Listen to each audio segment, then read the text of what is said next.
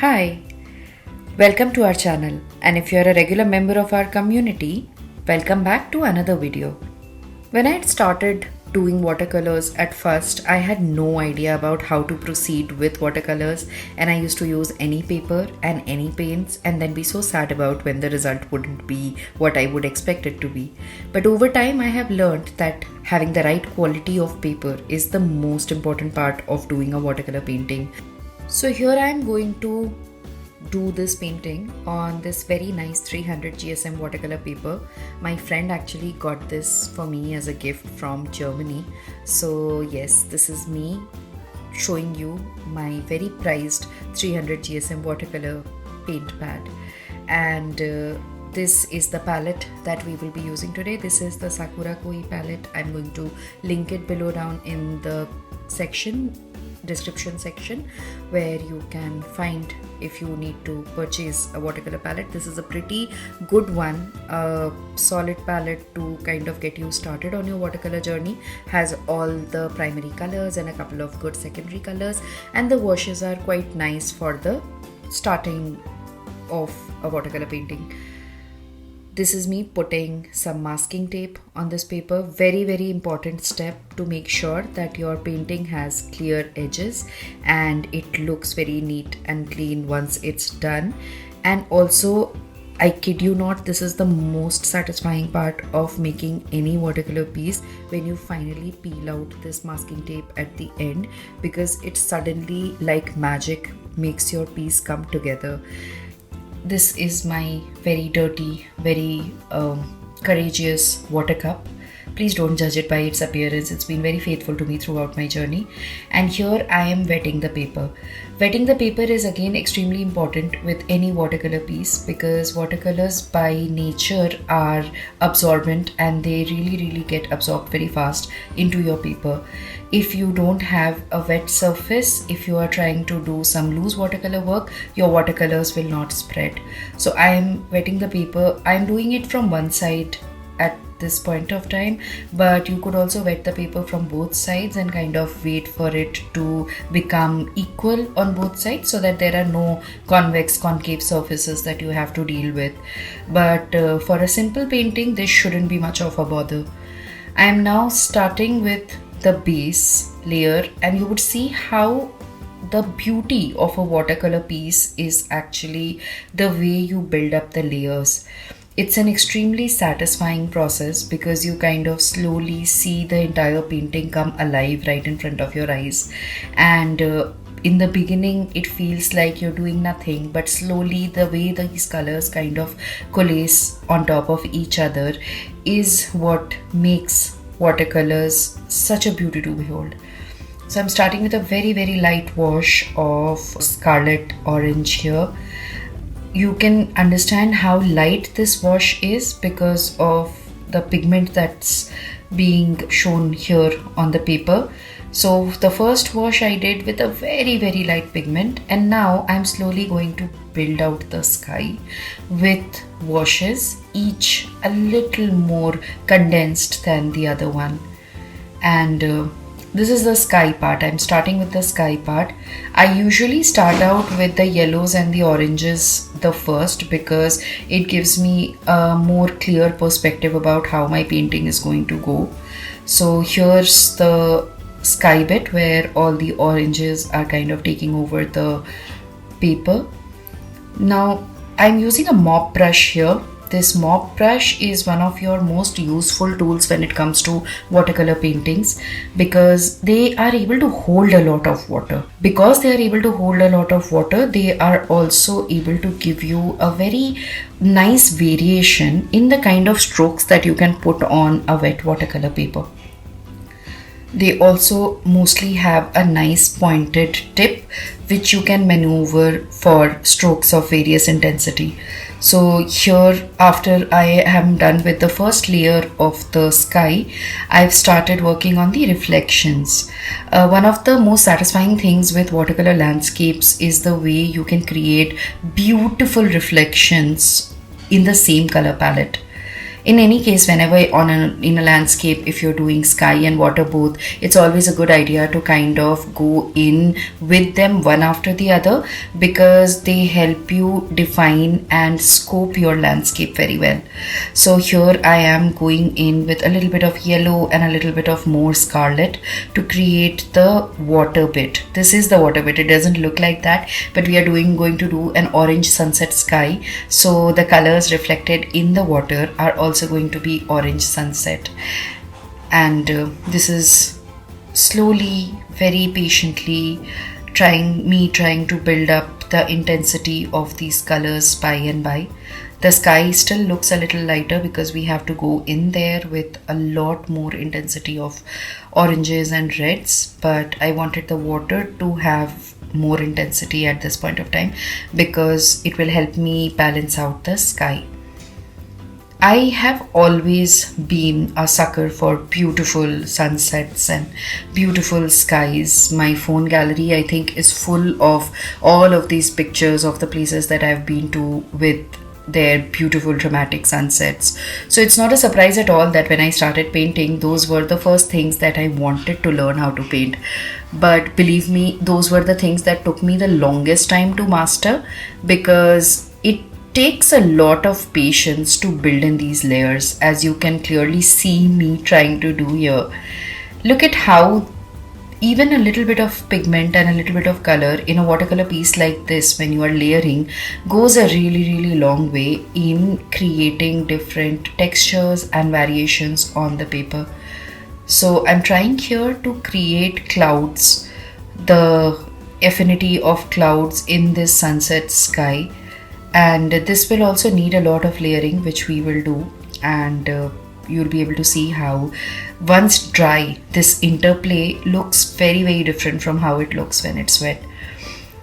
So the scarlets and the reds are now slowly coming through, and I'm going to keep adding them until I feel happy with the way the sky looks. The strokes will be varied in size, in shape, in their thickness. You see how working with watercolors is something which is also a test in patience, because you have to be fast with certain parts of your painting, but you also have to really be patient to be able to build up the kind of color and finish that you need in your painting. So here, see how it's almost been in real time, probably half an hour that I've started this, but this is the progress that I have. I think it's also important that we address this, because social media speeds up painting processes so much that the expectation that you end up building when you're looking at a piece like this being made is that, oh, this is something which should be done in like 10 minutes or 15 minutes, because you see a 1 minute video sped up into 80 times, 100 times sometimes, and that's the expectation that you then set up for yourself. But in real time, this entire video would probably take around 3 hours.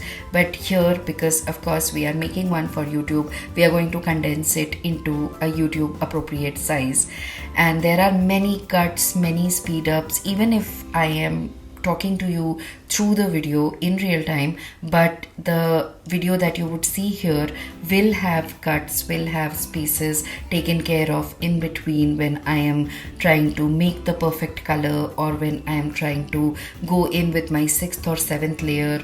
So I think that's something that we all really need to understand whenever we are looking at any kind of tutorial or process video. I'm going back in now with a little bit of red on the water area. Now that I have done with the red part, I'm going to let it absorb and play around a little bit more on the sky. This is a very delicately balanced, very synchronized sort of a process when you are creating a watercolor landscape, because especially if you're working with reflections, it's very important that you balance out what you are drawing as the first set and then the reflection that is being created by that entire subject. So here I'm taking my time to mix up the exact shades that I need to create the variations that I want in my sky and water. So now that the intensity of the sky and the water, especially with the reds and the oranges, is a little bit more set and it's beginning to look like how I want it to look like, it's time for me to go in with the second color of the set. Now this landscape is not exactly a monochromatic landscape, but it is a landscape that has really muted colors.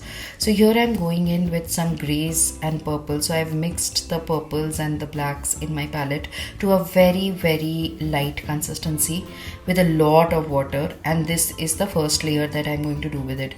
Because of course we are painting water. So there has to be some element of blue, purple in the water for it to look like a water body and the reflections playing around in that water body. So that's what I'm going to be starting here with. And now I'm applying the same shade that I've applied here at the base of the painting to also the sky, because reflections, and hence we need some symmetry in the way we are applying colors in this painting. I'm sure you can already see how the skies and the waters do look quite symmetrical at this point of time in terms of the color and in terms of the perspective and the ratio of the colors that we are applying. So I'm going to keep taking a little bit of blue, a little bit of gray and a little bit of purple with a lot of water. You can see the consistency of the water on my palette, and keep applying that to define the sky a little more. And now we are starting with the mountains part. I want the perspective of this particular piece to be very, very clearly set. So there has to be a clear background and a clear foreground, and we are still working on the background part here with the mountains and all. In the foreground I'm going to make like a small hut and probably a tree which kind of stands out as the main subject of this painting. But the background is equally important because it's the background in each painting that gives you the sense of perspective. So we are trying to draw out the perspective at this point of time with the mountains. One of the things that I like the most about working with a mop brush is how easily you can change the strength and the thickness of the strokes of the brush. You saw how very quickly I could do the mountains with applying very thick layer of color on the paper. But here I am using the tip of the brush particularly to draw out these lines. One of the best parts of learning how to paint has been the ability to maneuver your brushes into making them do what you want. Believe me, it's a kind of empowerment you never thought would give you so much happiness, but it really, really does. With different kinds of playing around with different kinds of brushes, learning how to utilize their shapes and their bristle sizes and their handles to the best of my ability to create different shapes, different strokes, different textures and different finishes is so satisfying. And that's something that I really also maneuver when we are doing any live sessions, because well, these skills have taken me a really long time to acquire, so I don't really let go of any opportunity to flex them whenever I can. So here's me flexing this particular skill that I have acquired in this process, where I am using the tip of the brush particularly to balance out the amount of color that we can put and create these sort of dark shadows all over the mountains that I'm making.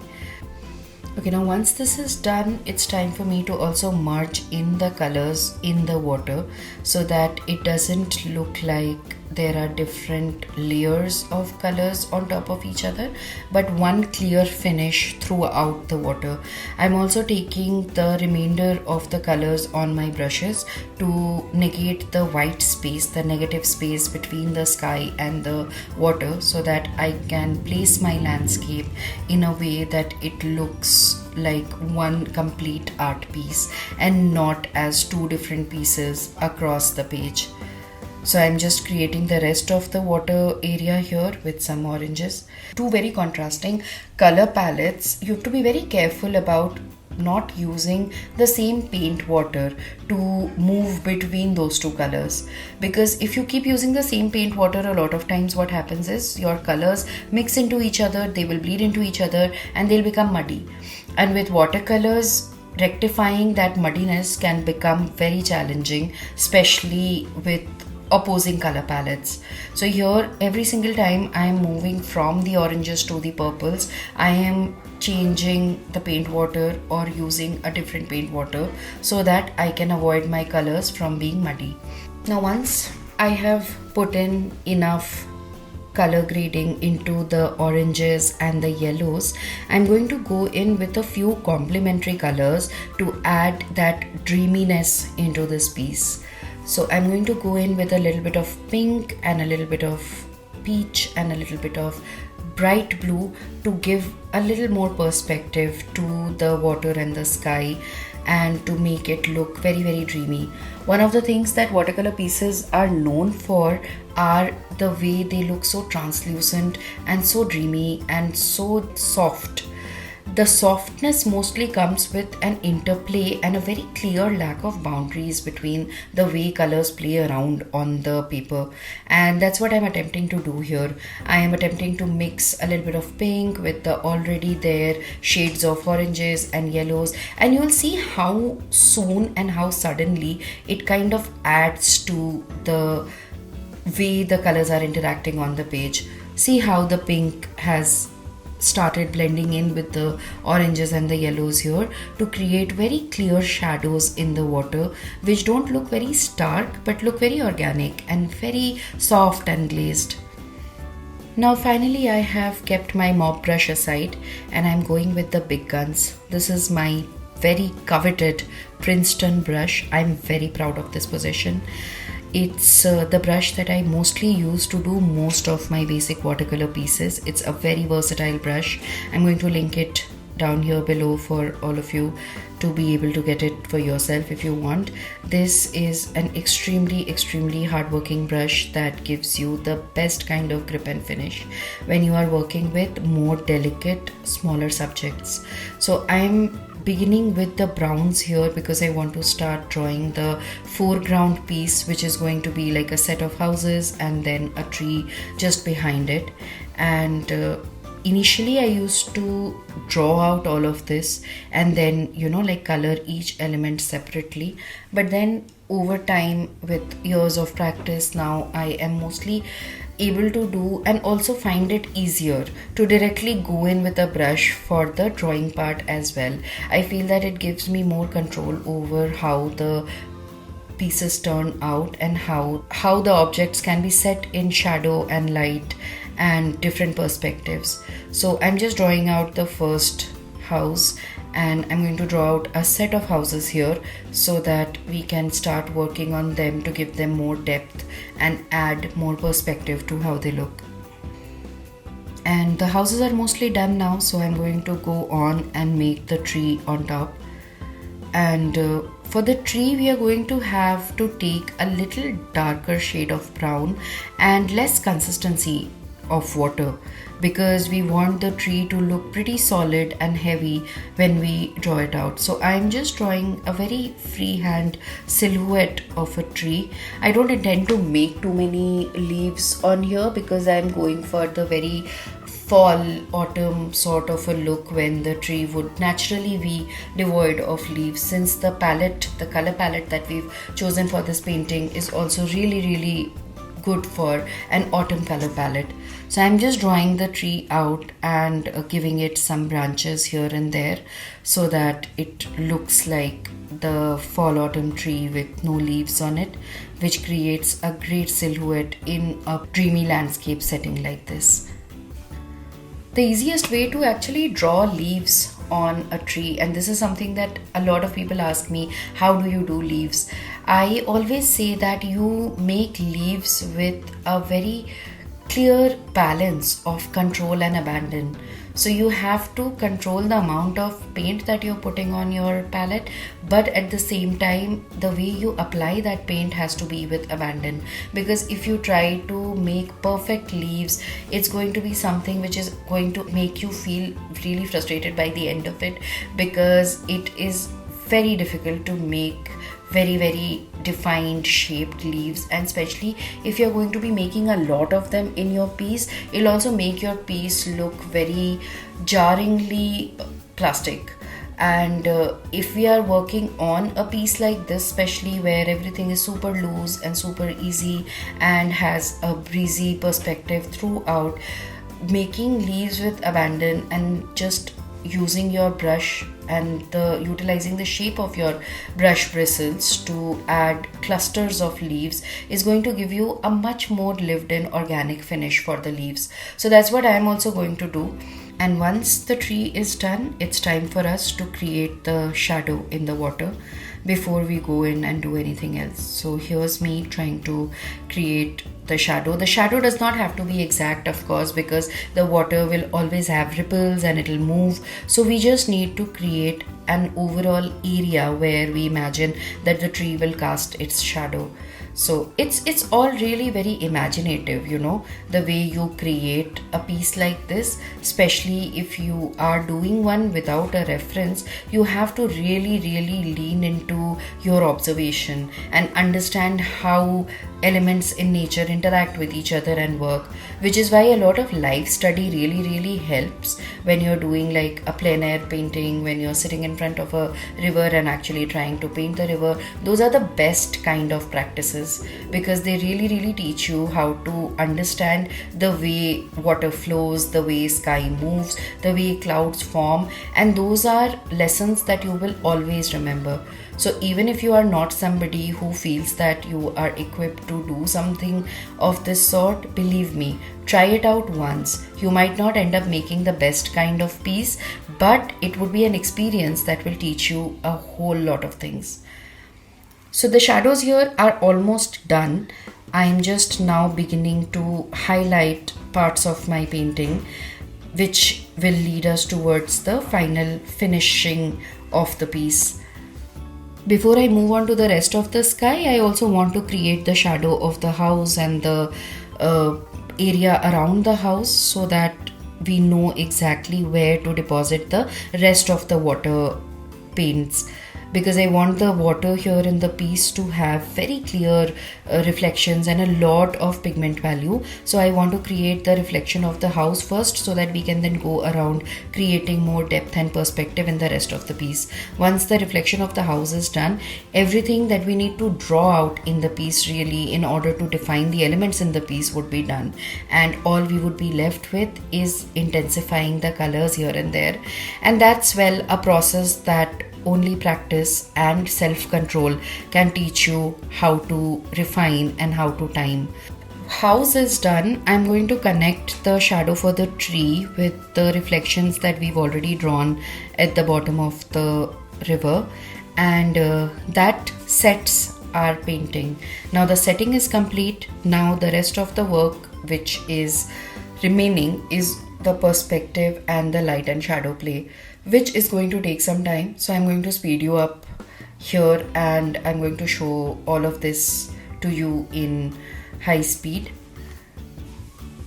And there you see how through this entire time we've been adding different colors to make parts of the painting stand out a little bit. And there always comes a point in any painting where suddenly, you know, it starts making sense. Every painting has these three parts where it starts off as, you know, something that you just can't envision and understand, and then there is a part where it looks so ugly that you want to leave it and go. But then there is some point, if you are able to trust the process and if you are able to keep at it, there is some point where the painting suddenly turns around. And as an artist, I think that part is the most satisfying part in any piece. So this piece, I think, is now reaching that part where it does not feel like a futile effort of ours, but it has started to look like a landscape that I think I'm going to be very happy about once it's over. So I am continuing to add a few shades here and there according to how I want the piece to look. The main attempt here is to just make sure that the reflections are all set in place, that the sky looks super dreamy and the colors of the sky are reflected adequately in the water that we are trying to create here. And just like that, we've reached the end of this piece. I'm just adding a few layers Like I said, I find it very hard to stop. So I'm just adding some reflections here and there, and here's the tiny sun, barely there, almost translucent sun that I'm putting it out. And that's the final thing that we're going to be doing in this piece. I will add some more colors in the sky, especially towards the top where it looks a little bare right now. And after that, I am going to do the unmasking, which is something that I'm going to leave to you. Thank you for staying through this video, very chatty, very descriptive video that we've recorded. We are just getting started out on this, so bear with us. I'm sure we'll be able to give you much more exciting, interesting and funny content. Okay, bye bye.